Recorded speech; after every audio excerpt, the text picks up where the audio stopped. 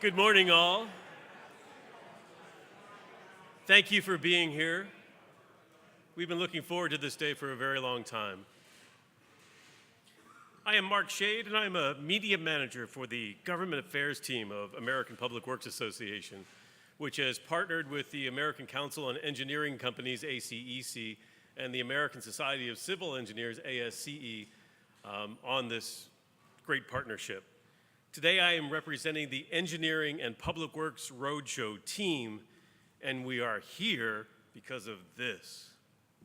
Well done. There will be a tour afterward. Jeannie has offered to do that, and you don't want to miss it if you have the time to do that. Each of you are here today because you played an important role in the restoration of the Main Street Station shed. APWA liked it so much, we honored it last year with a Historic Preservation Award. Shout outs to some specific folks before we start with our distinguished speakers. ACEC Board Chair, Art Barrett. Executive Director of ACEC Virginia, Nancy Israel.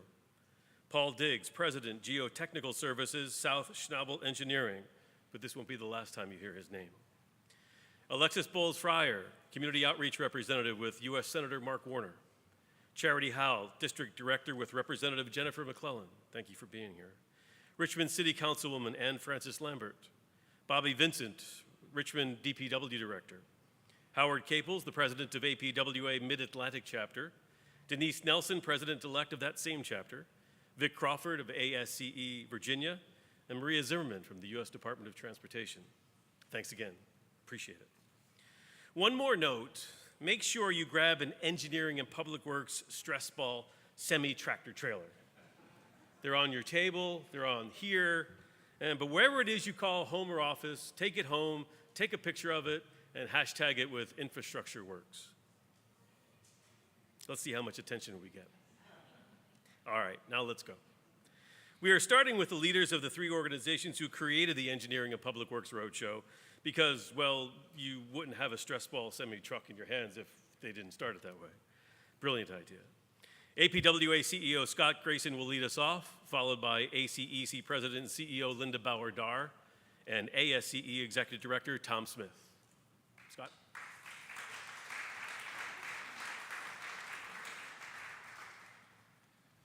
Thank you, Mark.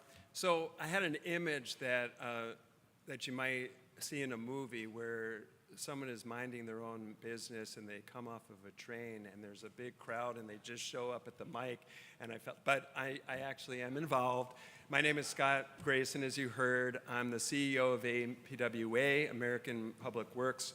And Mark's right. We, the three organizations met and we said we provide amazing awards, prestigious awards for amazing projects like you have right here, but we present them with peers, which is great, but the rest of America is unaware of what's actually happening. And especially in the area of public works, so much goes unnoticed. When you have clean water, when your snow is removed from your streets, everybody just expects it, but there's a lot of work that actually goes into that.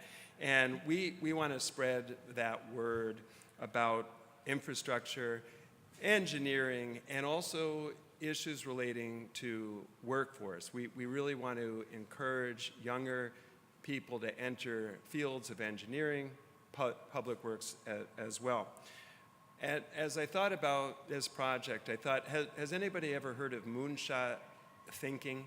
We sent a man to the moon, and it's dreaming about the impossible and ultimately coming up with solutions. And I had a ride in on the train last night, and I walked right in that entrance hi there, as everyone is entering in here, and immediately you're hit with this just really amazing project. And it's been described as the Eiffel Tower on the side, I think, and it actually is. And I walked in there, I said, wow, and not rehearsed at all. It just hits you. So what makes it moonshot thinking is the engineers, the architects, the people who work in public works, economic development, all met, all surveyed the public, residents sought input, elected leaders sought funding as well. And it was this amazing partnership of everybody coming together at once to create a really magnificent piece of infrastructure. So Mark said you have a lot of distinguished speakers. I'm not one of them, so I won't use up their time. And I want to invite Linda Dar from ACEC up here to greet you as well. Thank you.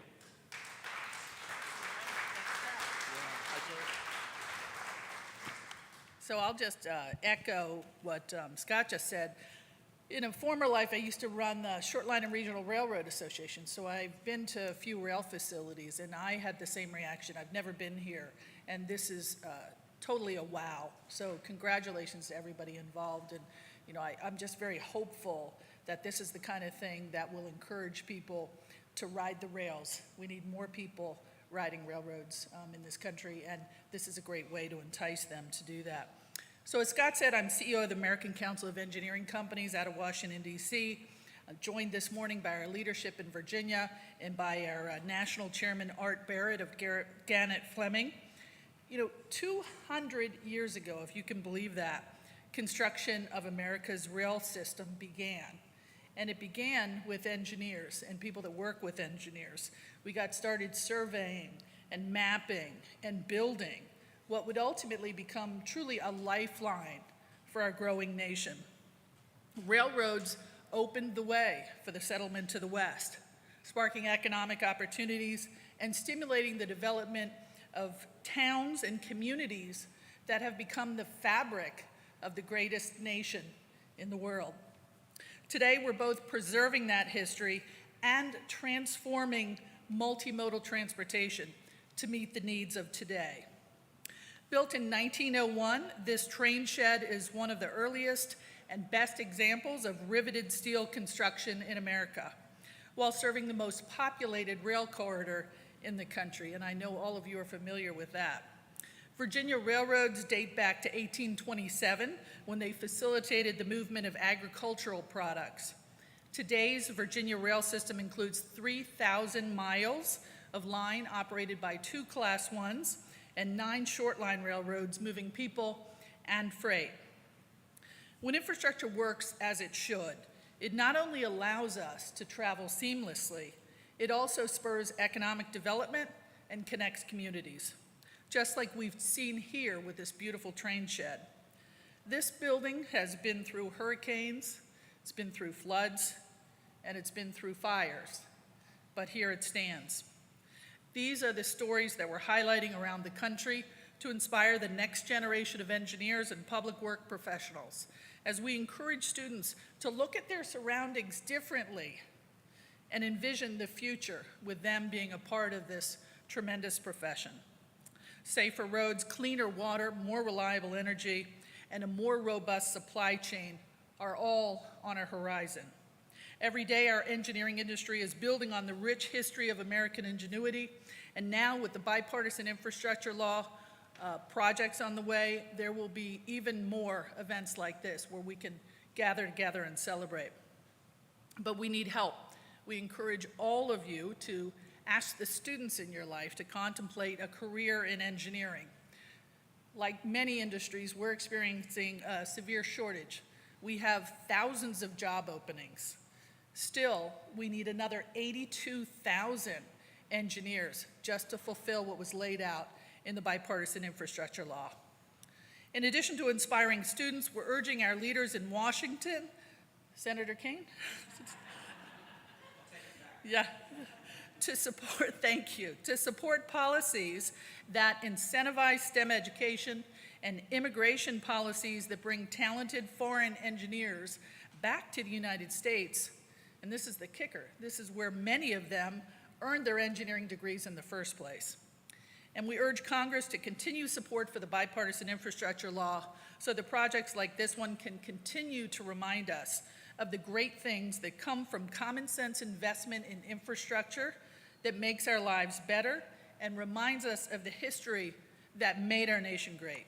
So thank you again for joining us today to celebrate engineers and infrastructure that works for America. And with that, I'm going to introduce my colleague, Tom Smith, from the American Society of Civil Engineers.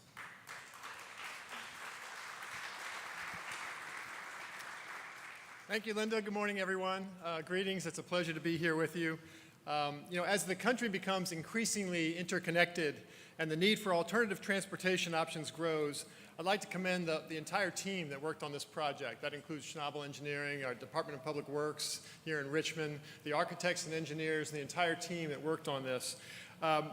This is a project that rejuvenates the region with multimodal transportation hubs, provides an alluring event space, while also at the same time preserving a national historic landmark. I mentioned yesterday in an interview that my father, I have a picture of my father 80 years ago in 1943 when he was at Union Station hopping on a train. He would have come right through this train station on his way to Camp Lee, now Fort Lee, before he headed off with the 94th Infantry Division, fought in the Battle of Bulge in Patton's Third Army we all recall what happened in World War II. But that was part of the history of this country right here in this train station. His father, also named Tom Smith, in 1911 would have come up from Alabama to move here to Washington, D.C., and came right through this train station as well. And then went back through this train station when he headed back to Alabama when he went into World War I. So there's a lot of history here that is preserved, and I think did an incredible job of preserving our history, but we're also looking forward to the future, both locally and nationally. While engineers are keenly focused on the function of a project, we also know that visually enticing structures can inspire and connect communities and attract future generations of skilled workers to the field, which is the motivation behind our Roadshow series and to being here today. The bipartisan infrastructure law, and thank you, Senator Kaine, for your support of that law and being a leader with that. Congress has signaled through that it understands the connection between infrastructure and the community. More than $66 billion will be allocated to rail investments over the next 5 years. The funding can go toward adding passenger rail service, modernizing train stations like the one that we're in, and improving public safety. For example, the bipartisan infrastructure law also provided Arthur Ashe Boulevard Bridge just 4 miles down the road with $18 million last year. That will go toward modernizing a 79-year-old bridge, and that's not unusual for our infrastructure in the United States to be of that age or more, and increasing its height to allow for freight trains and pedestrians to safely cross. ASC applauds Congress for approving these funds and localities and agencies for implementing them effectively and making sure that we are forward-looking as we're doing that with resilient, sustainable infrastructure. Although this new funding has the power to transform America, it can only realize its full potential with the help of skilled public work professionals and civil engineers. And as you heard Linda reference, there certainly is a shortage there, and we need to make sure that we are attracting folks into engineering and public works professions, because these are really creative, forward-looking professions that truly make a difference. Projects like the Main Street Station Shed can help draw in a future generation of public works professionals and civil engineers. Recent studies have shown that a growing number of young adults prioritize careers when they can have a positive impact on their communities, when they can make a difference. And that is what making transportation easier for families and workers, facilitating economic activity, preserving our historical heritage. Those are things that make a difference that you can do through civil engineering, and this project helps to showcase that. Seeing something that stands the test of time, enhances the beauty of a city, can lure students and young professionals into the world of STEM so that they too can one day say that they contributed to an iconic building like this, to shaping their community and serving current and future generations. Thank you very much.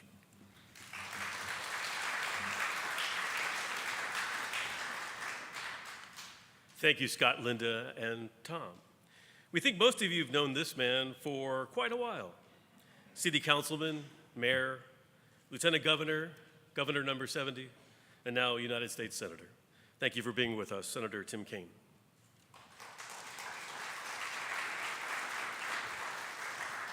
Well, good morning, everyone.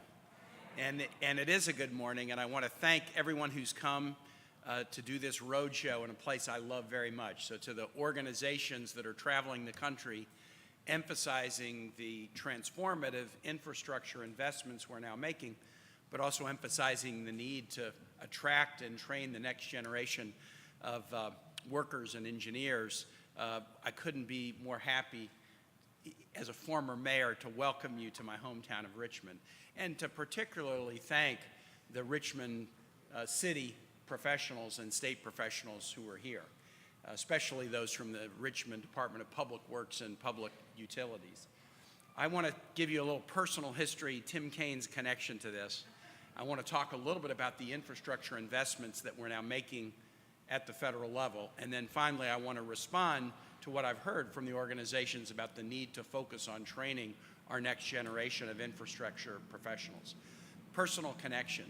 I was a city councilman and mayor, and this building was owned by the Commonwealth of Virginia, and it was closed. Amtrak service had ended in the mid-'70s to Main Street Station. The facility had undergone some uses as a retail space, as state offices, but it was closed. Rail would transmit right by freight and passenger rail, but not stop here. When I got elected mayor in 1998, I had a talented group of folks working with me, and 3 of them are here today. I don't know why I've aged and they haven't, but Vicki Badger and Jeannie Welliver and Diane Linderman. Where is Diane? Diane Linderman. And together with my council colleagues, we talked about restoring passenger rail service to downtown Richmond and reopening Main Street Station. It was owned by the state. It was a tough negotiation between the Gilmore administration. As I remember, I think the Secretary of Administration was Brian Slater.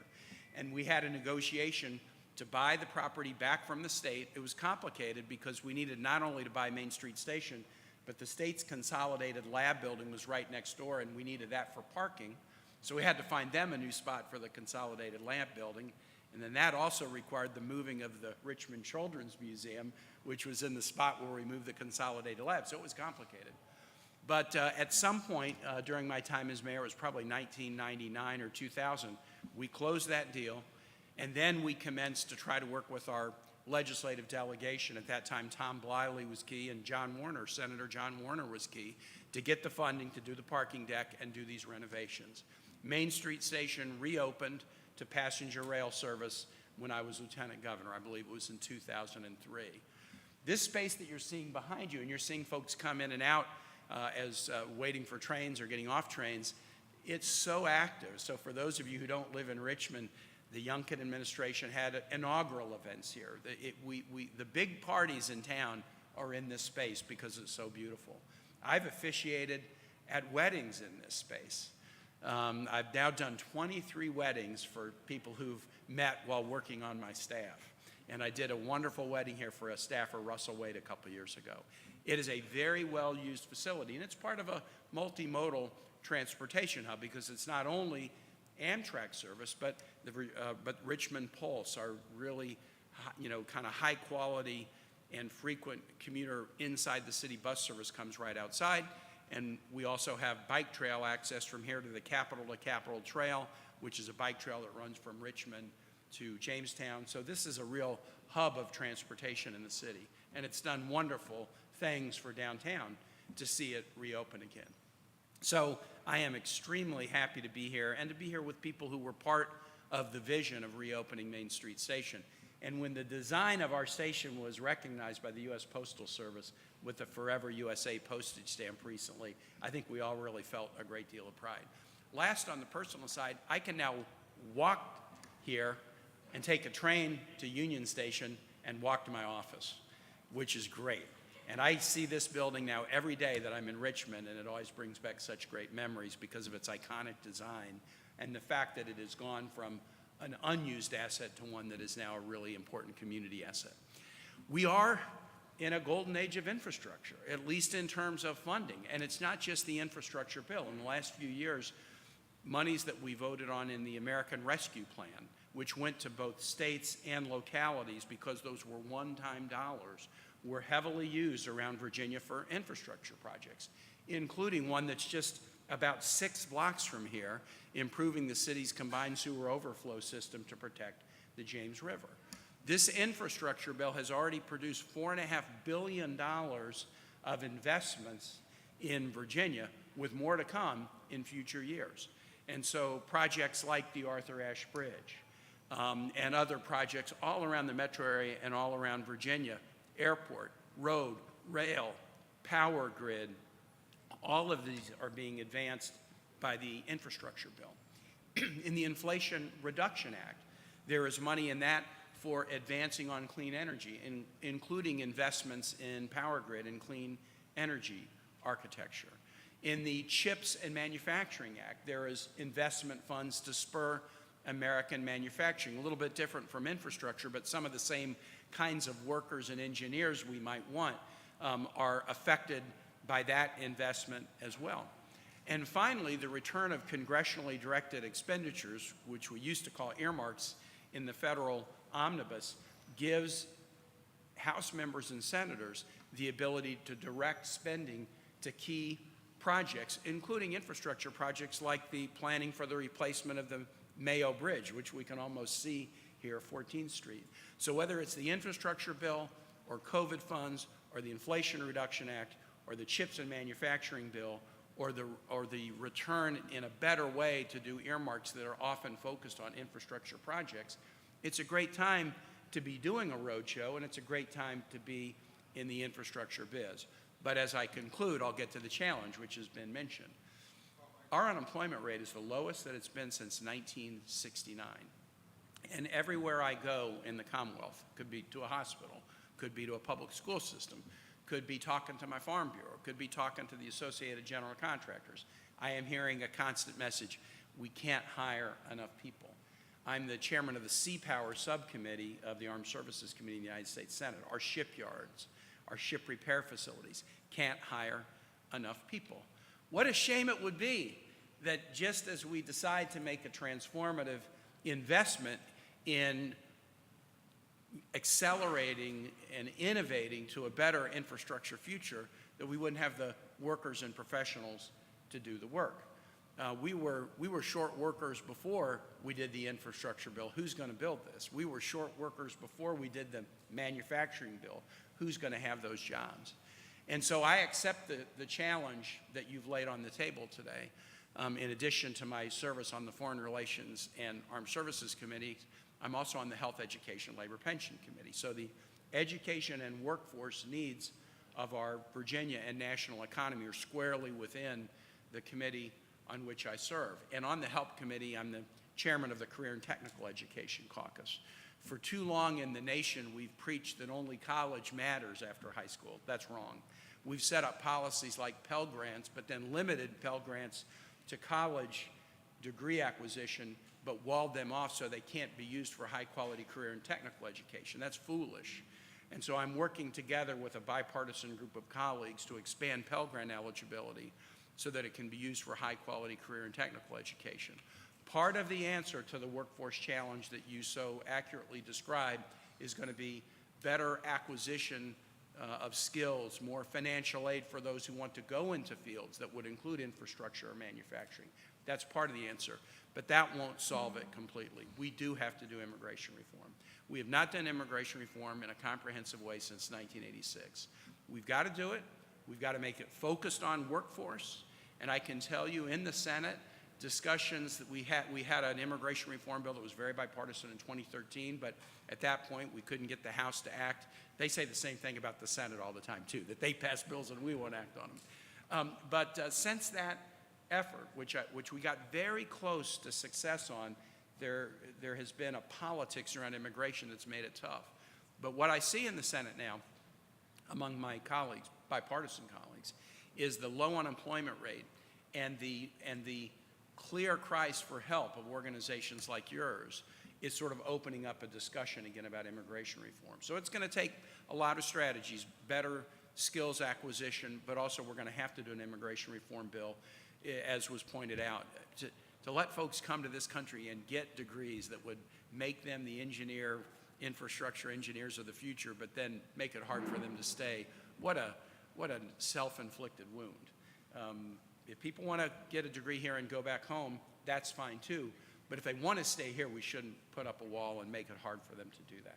So I so appreciate you coming to Richmond to show off this absolutely beautiful place, to celebrate the talented engineers and laborers of the past and commit to training and attracting the talented engineers and laborers of the future. Thanks so much.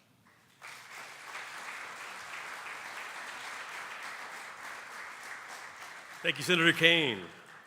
All three of our organizations advocate for our members on Capitol Hill and with federal agencies. Sometimes it's a friendly challenge, sometimes it's a little bit more serious. Two of the many panels we interact with are the U.S. Senate Environment and Public Works Committee and the U.S. House Transportation and Infrastructure Committee. Three chairs from those committees wanted to be here with you today, but could not due to schedule conflicts. They are here, however, by the magic of digital recording. Please welcome video remarks from U.S. Senator Tom Carper, U.S. Representative Sam Graves, and U.S. Representative Rick Larson. Well, good morning, everybody. I'm United States Senator Tom Carper, Delaware Senior Senator and Chairman of a committee in the Senate called Environment and Public Works. Thank you for the invitation to share some thoughts with all of you today. I also want to thank you for the work that each of you do with your lives. We may write the infrastructure laws in Congress, but it's civil engineers and other public works professionals around the country who make these investments real for the people that we serve. Bad infrastructure can be easy to notice. And you notice when a pothole damages your car or your truck, when your neighborhood floods, and when polluted drinking water threatens your health and that of your family. For years, these problems have impacted far too many communities due to a lack of investment in our nation's infrastructure. You know that, I know that. And as many of you probably know, the American Society of Civil Engineers offers an honest assessment of where our infrastructure stands every 4 years. In the 2021 report card, America's infrastructure received a grade of C-, not C+, not C, C-. Unfortunately, we're working to change that, and we're off to a good start. Thanks to President Biden's leadership, last Congress, we were able to pass, as I think you all know, the bipartisan infrastructure law, a once-in-a-generation investment in our nation's infrastructure writ large. The bipartisan infrastructure law includes historic investments for our roads, for our highways, for our bridges, for mass transit, for ports, for airports, for drinking water, wastewater, sanitation, broadband deployment, and the list goes on and on and on. And thanks to our historic bipartisan investments, we are rebuilding our infrastructure for the future and creating good-paying jobs across our nation at the same time. None of this would be possible without your support and your hard work. And with that, thank you all. Take care. God bless you. Keep up the good work. Thank you. Hi, I'm Transportation and Infrastructure Committee Chairman Sam Graves, and I want to thank the ACEC, the APWA, and to the ASCE for the work that you do in improving America's infrastructure. And thank you for inviting me to say just a few words to you today. It's been over a year since the infrastructure bill became law, and unfortunately, inflation and supply chain issues continue to impact the construction and infrastructure industries. As a result, the purchasing power of the law's $1.2 trillion continues to be diminished. And that's why it's more important than ever that we all work together to ensure that those dollars go towards good projects that will create good jobs, move goods and people more efficiently, and help improve the supply chain. And that's one of my goals as committee chairman, and I look forward to working with your organization to do just that. So thank you again, and have a great event today. Hello, I'm Representative Rick Larson, and thank you for the opportunity to address you today to the engineers and public works professionals that are essential to the success of the bipartisan infrastructure law. 16 months ago, Congress passed and the President signed the BIL to invest $660 billion over the next 5 years in cleaner, greener, safer, and more accessible transportation while creating good-paying jobs that we cannot outsource. What we have seen is that the communities across the country have been eager to do just that, to invest in transportation. In the first year alone, the Biden administration announced funding for 6,900 projects in over 4,000 places nationwide for roads, bridges, rail, ferries, ports, and safety and other infrastructure needs. These investments are paying off, spurring economic growth and creating jobs as we build and modernize our infrastructure all across the United States. In Richmond, this year's Roadshow host city, More than $760,000 in BIL funding will help improve traffic flow while enhancing safety for all users, including pedestrians and cyclists, through the Safer Streets for All program. More than $6.8 million in BIL funding will improve infrastructure at Richmond International Airport. And the Commonwealth of Virginia will have access to more than $1 billion over the life of the BIL to invest in public transportation options across the state. Elsewhere in the country, the Brent Spence Bridge project will improve commutes between Cincinnati, Ohio, and Covington, Kentucky, and the Hudson Yards Concrete Casing Project will improve climate resiliency and reduce gridlock as part of the Hudson Tunnel project in New York City.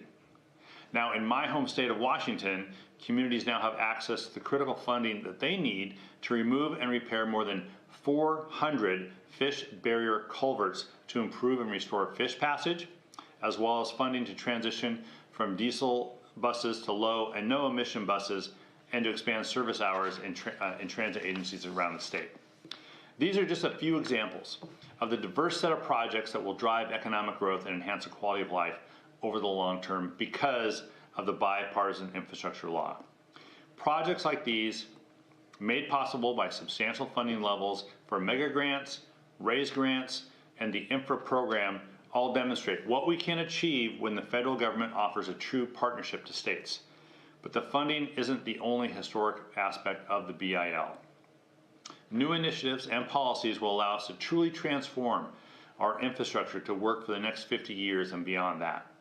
SMART awards rolling out right now are helping our communities invest in technology that will make our transportation system smarter, safer, and more efficient. The Reconnecting Communities pilot program is laying the groundwork for the great task we have of healing communities that were cut off from local connectivity, mobility, and opportunities because of previous transportation decisions. The BIL also includes the largest investment that we've ever seen in electric vehicle infrastructure in U.S. history, which will help us fight pollution and combat climate change.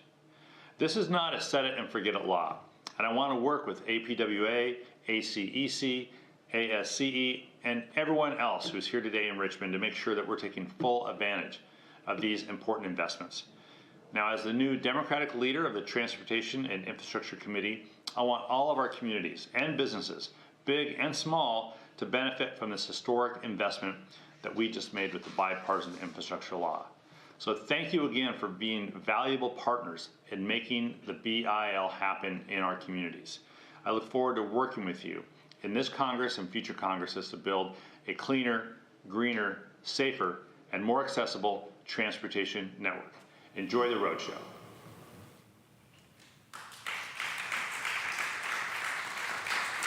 Thank you, gentlemen. Andrea Eels, APWA's Director of Government and Public Affairs, visited Main Street Station with me in January to meet Crystal Lowry and to site visit for this event, which we were planning for February 7th, but then a State of the Union showed up, so we thought, well, let's keep the train in the station, so to speak. So we did that. But we did get to meet the next person you will hear from, and it's one of the rare times you can say this person has been here from the beginning and is still happy about it. Please welcome City of Richmond Architectural Design and Construction Project Manager, Jeannie Welliver.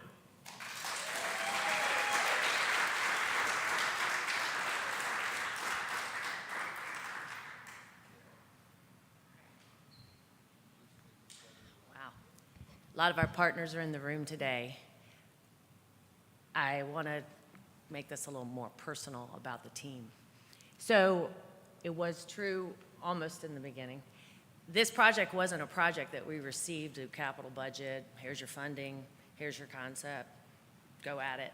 This was a project that was a dream of Vicki Badger. I was grateful to join you along the way. I always said I wanted this to look like the Eiffel Tower on its side. I used to take pictures of it in high school, escaping English lit, because I didn't want to read that big fat book and probably couldn't get through it because of my ADD. So I asked my teacher if I could come down and take pictures of the city and many of these, farmers market, some of the vendors that were there that day. When I got my job as an architect for the city, it was from Don Charles, who believed in me. and said, just remember, these projects are not about bricks and mortar, they are about relationships. And they have been. We have been a family, and everyone says, I'm passionate about this project. Oh, yeah, it's personal, and it's been personal to all of us. Paul Diggs' company had to watch paint dry through this project because we wanted the paint to be perfect. The building had to be perfect. Fred Hopkins had to deal with me, SMBW Architects, on a daily basis. God bless you. Hani Hassan is here today. He worked on Grand Central Terminal with Jackie Onassis, and I appreciate you being here. He was our preservation architect to steer that. John Locker, Kurt Scott, Taylor and Parrish, the best, in my opinion, construction managers in this whole region. They loved this building as much as I do and as much as Vicki does, and Hani and Fred. This is amazing. And David Parrish is taking pictures. He's right here. He took this picture of this project. The press, for some reason, I know the reasons, didn't give this a lot of fanfare in the RTD. So my Facebook page looks like a Main Street Station Facebook page, just because I'm like, well, we're going to do something about it. So we invited all of our amateur photographers, professional photographers through the construction process so they could get a glimpse. And the pictures they came up with are phenomenal. They're on our website. There's a little video of all of those put together. And David came back one night and took this. This project is very different if the lights were off. Our whole team wanted to go back to 1901, take her back to 1901. Heavy timbered roof, restore the steel, which is really what's left in the shed from 1901, leave her alone, and just let her be a rock star with the lights and the glass. First and foremost, it's a train station. We're excited for the Southeast Corridor to connect here, our trains to Florida. Jennifer Mitchell is part of that with the FRA, and a lot of the team members. Corey Hill is here. Thank you for everything. Chip Badger, past director of DRPT, Vicki's husband. But I want to tell you why I have everyone's attention, a story I've never told. This building was built by people, and we're just people. We didn't want to fumble. It was scary at times. It's the citizens' magnificent structure, not ours. One of the wonderful people that worked here was Rob Skates. He was the site superintendent for Taylor and Parrish. He had bad knees, and he'd struggle every day getting the subcontractors together to actually build this. You can dream it up, but you have to have someone build it. Rob's knees were getting worse. The project had some delays along the way. And at the end of the project, before we opened the shed, and we hadn't secured the funding, we hadn't secured the funding for the site work yet. It was still to come, and it looked like a mess. This was happening, events were going crazy, and our site work looked like a mess. So Rob Skates, after the station was done, the train shed, he got his knees fixed because he'd been laying down on the ground every day at work in this train shed, directing the contractors to finish it up.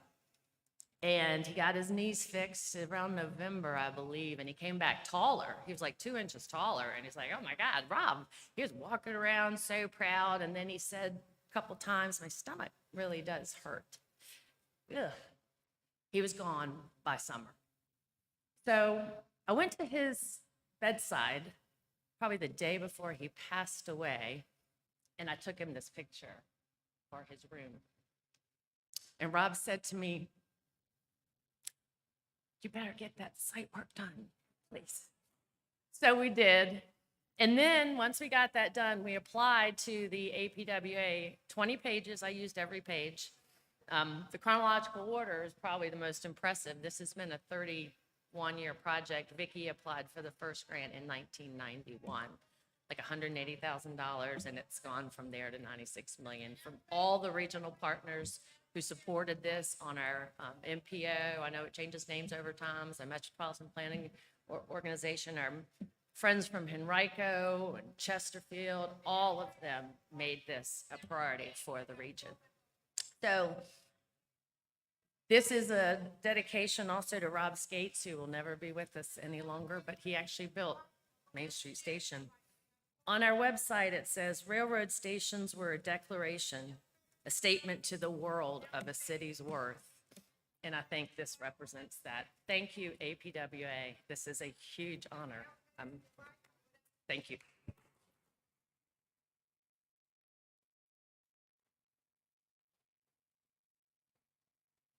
Wonderful, Jeannie. Okay. Emotional, I forgot. Okay, Mr. Kane, Senator Kane. I'm sure you have some wonderful letters to mail, one to keep. And Alexis Bowles, is she here? This is for Mr. Mark Warner, huge advocates of this station the whole way. So keep one for your office, please. And make sure you put the Main Street Station on your most important correspondence. But this is the stamp. You get a sheet of all of the 5 that were honored, but please use them strategically. Thank you.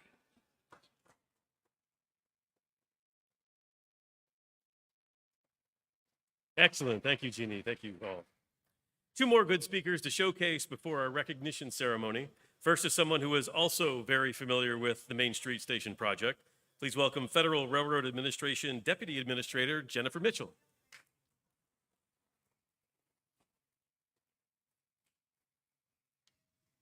So this is such a great honor for me to be here today, too. How perfect is that? So yeah, this is a little bit personal for me, too, and I was director of DRPT before this. I think I had the opportunity to sign a couple grants for this, as well as I was very proud to be able to sign the environmental impact statement called for DC to RVA that established Main Street Station as the downtown main downtown station for Richmond to Washington, D.C. rail. So that was a big honor for me, too. I'm now here with greetings as well from Secretary Buttigieg, Deputy Secretary Trottenberg, Administrator Bose, to talk a little bit about just the major investments in infrastructure that we're making. And there's really no better place to do that here than in Virginia, because we know that investments in infrastructure lead to good things for public works professionals, and we definitely appreciate the dedication to your craft for ACEC, APWA, and ASCE, who all contribute to building and maintaining a safe and modern transportation network. We respect the roles you play, and we know how much you ensure that transportation is safe for travelers and commuters. And I would be remiss not to just mention as well that since the incident, a very unfortunate incident in East Palestine, we have been refocused on safety more than ever. And we know that many of the infrastructure investments that we'll be making through the bipartisan infrastructure law are going to contribute to the safety of our rail network going forward. So now we talked a little bit about the $66 billion that FRA will be administering for implementing this program. That's going to go towards rebuilding the Northeast Corridor, which all of the trains that will be coming through here will eventually be using those investments through to New York and to Boston. That'll also be expanding passenger rail around the country. We'll be making strategic investments in freight transportation, investments that will be improving our supply chain. So just as a matter of comparison, last year we allocated $368 million in grants through our CRISI program, which is primarily for freight projects, and then $233 million through our federal state partnership program. This year, we'll be allocating $1.4 billion in CRISI grants and $11.3 billion in federal state partnership grants as well. So we're very thrilled, and Senator Kane, thank you as well for your support for the infrastructure bill too. Just a few days, we're going to start reviewing applications for our Corridor ID program, which is literally going to create the map for new passenger rail investments across the country. We'll also be releasing our Interstate Compacts program, which is designed to create that long-term governance for framework for passenger rail across multiple states in the future. So all of our investments go towards safety, efficiency, and reliability while getting people to where they want to be.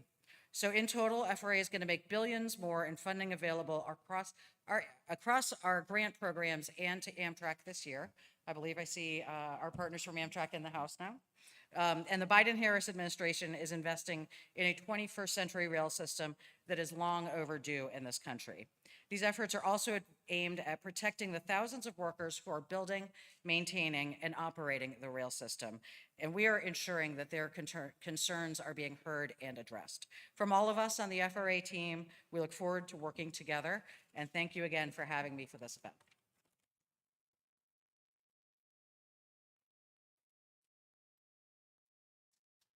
Thank you, Administrator Mitchell. Another FRA vet is with us today, but now he's the Executive Director of the Virginia Passenger Rail Authority. And we're very glad he's here. Please welcome DJ Stadler.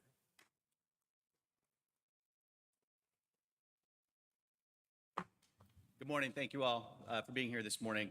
It's a thrill to be here to celebrate this station. They say that whenever you have a problem, the way to solve it is to surround yourself with great engineers. Well, this morning, as I was walking up to the station, I said to myself, I've got a problem. I've got 3 minutes to speak, and I've got about 5 minutes of material. How am I going to solve this problem? Well, thankfully, I'm surrounded by engineers. I was going to talk about the fact that the station was built over 100 years ago, and floods and rain and fire. Well, thank you, Linda, for that. I also wanted to talk about the fact that service stopped in the 70s, came back in the 90s. Thank you, Senator, much appreciated. Wanted to talk about the fact that it's important to have multimodal. We've got the Pulse here, we've got the, oh, you said that too. Okay, thank you very much. But I can still share that we're excited that this station has been honored on a postage stamp. Thank you, Jeannie. 3 minutes, thank you, engineers. But in all seriousness, in my 25 years in the railroad industry, it's been clear to me that there are so many hidden gems that the railroad holds, and more importantly, how many opportunities we have. You look at incredible stations like this one, or the newly designed Moynihan Station in New York, and you say, wow, what could be? This gives us hope for stations like Union Station in Washington, D.C. This gives us hope for the 30th Street Station in Philadelphia, Penn Station in Baltimore. Shows us that a well-engineered, well-planned, well-designed, and well-constructed project can really make a difference not only on our transportation network, but on the cities that surround these stations. Makes it very exciting. Coincidentally, all of these stations are cities that you can get to by boarding a train, not that one because it was going south, but by boarding a train here at Main Street Station. Last year, just over 1 million people traveled on Virginia's state-supported Amtrak service. This includes service from points as far north as Boston, through Washington, D.C., along our 4 corridors to Norfolk, Newport News, Roanoke, and then, of course, here in Richmond. Over 76,000 of those passengers last year either got on the train or got off the train here in Main Street. That's almost a 50% increase from the year before. That's tremendous. The infrastructure that needs to be enhanced to continue growing passenger rail does not stop at the stations. More capacity, new routes, increased frequencies, all of those things are necessary. We have a tremendous opportunity before us to truly transform the way people move in this state and in this country. Thankfully, through the IIJA and other programs, we have federal commitment to improve that network. At VPRA, the Virginia Passenger Rail Authority, our mission is to do just that. We were created in 2020 by Virginia's General Assembly, and we're here to promote, sustain, and expand the availability of passenger and commuter service here in the Commonwealth. Long before the IIJA, Virginia's leaders recognized the need for enhanced rail service to lighten the loads on the state's highway congestion. Virginia's leaders like Deputy Administrator Jennifer Mitchell, I might point out. To address that congestion, Virginia has directed billions, literally billions of dollars to infrastructure between now and 2030. Lay new tracks, build bridges, add service. Yes, we are building a bridge, the new $2.2 billion long bridge crossing the Potomac between Virginia and DC. Really gets rid of the bottleneck not only between DC and Virginia, but between the Northeast and the South. The place is at 98% congestion now during peak hours. We're adding a bridge there that not only will take passenger trains across the river, but also bikes and pedestrians on a separate pedestrian bike bridge, again, emphasizing multimodal. Our portfolio of investments will improve the infrastructure along the corridor between DC and Richmond, increasing reliability, adding capacity for both passengers and for freight. We're also doing work here in Richmond to reduce the amount of time it takes to travel between Main Street Station and Staples Mill. That train that just came in here left a station about 7 miles away 20 minutes ago. It shouldn't take that long to travel by train. This is all in addition to our work with the state of North Carolina to develop high-performance rail service between Raleigh and Richmond, and also our work in Southwest Virginia to extend passenger service beyond Roanoke out to the New River Valley. We can't do this alone. It's going to take a lot of work from a lot of partners. It's going to take significant investment above and beyond what Virginia has already committed to these projects. All tracks going north or south go through Virginia. Main Street Station is key not only to rail service in Virginia, but to rail service beyond Virginia. Again, I thank you all for honoring the station. Thank you all for celebrating the good work that was done here, and I look forward to seeing you all on train.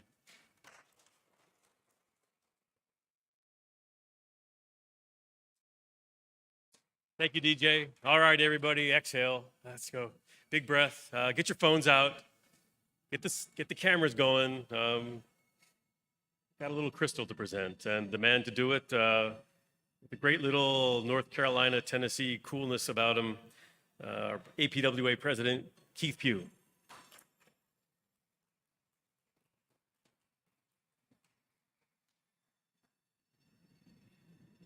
How appropriate. It's nice to see the station back in service. So good morning, and what a morning it is. Thank you, Senator Tim Kaine, and all who spent this past hour with us here today. Your leadership, your vision is truly inspiring on this project. I, for one, cannot wait to see where the Main Street Station shed takes Richmond.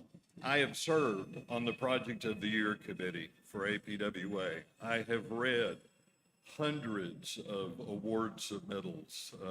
I did not serve on the selection committee during this one, but I can tell you without hesitation, there were plenty of qualified, wonderful, fantastic projects that were submitted for that award with people as passionate as you and the other folks who worked on this, submitting those projects for awards. And for you to win is truly, it is an honor, and I don't know that I can say that enough. Well, it is my job to bring the train into the station, so to speak. So as an engineer, I get excited about that. I'm not that kind of engineer. Civil engineer and a railroad engineer, two different things.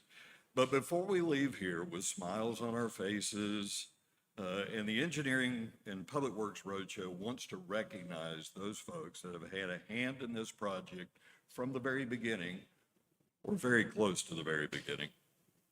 So if Senator Kaine, if you would come up to the stage and join me. We are calling this group the Main Street Station Train Shed Revitalization Team. So Victoria Badger, City of Richmond Transportation Principal Planner, if you would come up. Jeannie Welliver, City of Richmond Architectural Design and Construction Project Manager. Hani Hassan, Buyer Blinder Bell, Historic Preservation Architect. Fred Hopkins, SMWB Architects, the project architect. John Locker, Taylor and Parrish Construction Project Manager. Kurt Scott, Taylor and Parrish Construction Field Project Manager, and in memory of Rob Skates with Taylor and Parrish Construction Site Superintendent. Paul Diggs, please join us.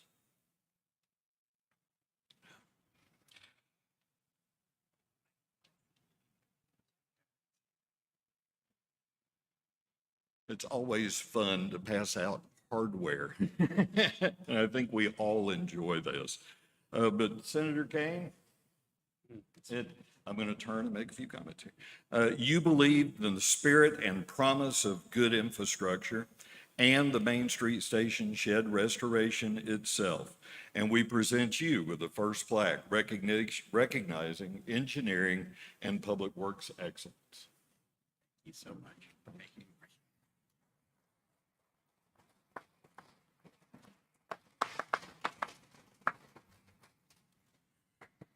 I've been told that the restoration of this beautiful piece of infrastructure, for some of you, has been like raising a child. And we know that that takes discipline. And in public works, we also understand that it takes a village. and you have all clearly demonstrated that. Your energy, your sweat equity are all to be applauded. So congratulations, and I'm going to hand out a couple of more pieces of hardware.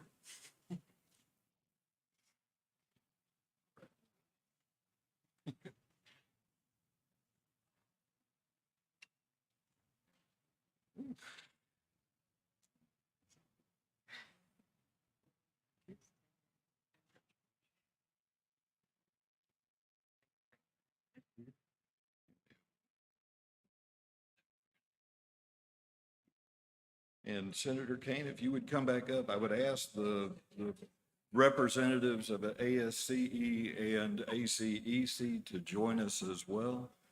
And let's capture this moment. Would we be better off in front of the podium? Okay.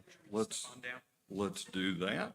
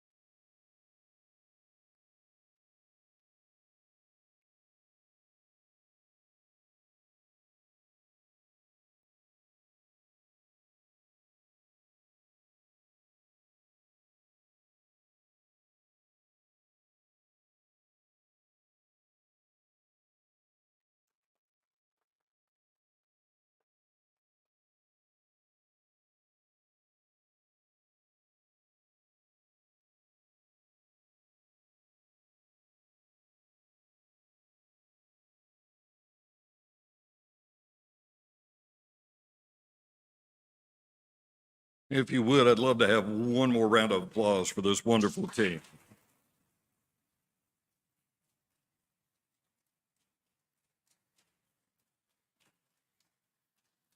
I have personally been involved in infrastructure my entire career, which started in 1988. I have ascribed to the philosophy that my father had and he instilled in me, which is leave things better than you found them. This group of individuals has done just that. You have left this project, this piece of history, this functioning piece of infrastructure better than you found it. And that is just a wonderful thing. That's what we all ascribe to do every day. I would like to take this final opportunity to thank the staff from ASCE, the staff from ACEC, and the staff of APWA for making this event happen, for putting it together, and just for all the logistics that go behind it and the heartache and the last minute scrambles. I do certainly appreciate you doing that. I will invite you to stick around, take the tour of this facility. I'm sure information will come out that you would never know otherwise. But we do thank each and every one of you for being here. And again, thank you, ASCE, ACEC, and my fellow family at APWA. Thank you.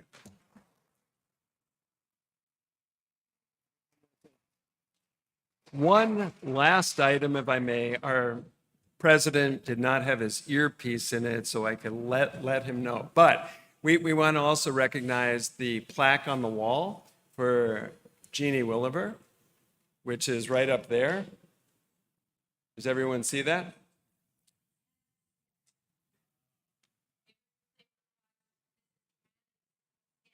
Oh, I see. It's the sketch. You want to come up? Yeah. It's a beautiful plaque. We had many meetings to come to this point. And in one of those meetings, Hanny was etching a little sketch of the Main Street station. And we just looked over his shoulder. It was like, wow, this is wonderful. This is great. So long ago when I retired, which was 7 years ago, Hanny and I wanted to do something for Jeannie. So we were trying to figure out how to do this, which is just, you can't thank someone who's done all that she's done. And I'll get emotional. So anyway, so we got the plaque together. It just went up, I guess, a week or so ago. But Jeannie will always be here in the station. One day, hopefully, she will get the opportunity to retire. But just having Jeannie on her name on the first floor and the second floor just really commemorates all the work that she's done on the station and just been the person who's taken it all the way across the finish line and completed it for the city, of which it's just the beginning for all the other things that can happen at this station. But to thank it, and to Hanny, you want to say anything? Or It's been a dream come true, and it took so many people and an incredible team to make this project happen. I always remember when I came to Richmond, when this entire building was enclosed in corrugated metal as really an obstacle in the middle of Richmond. So to see this place come back to life and being able to see it in this original glory, it's really truly a dream come true. So thank you all very much.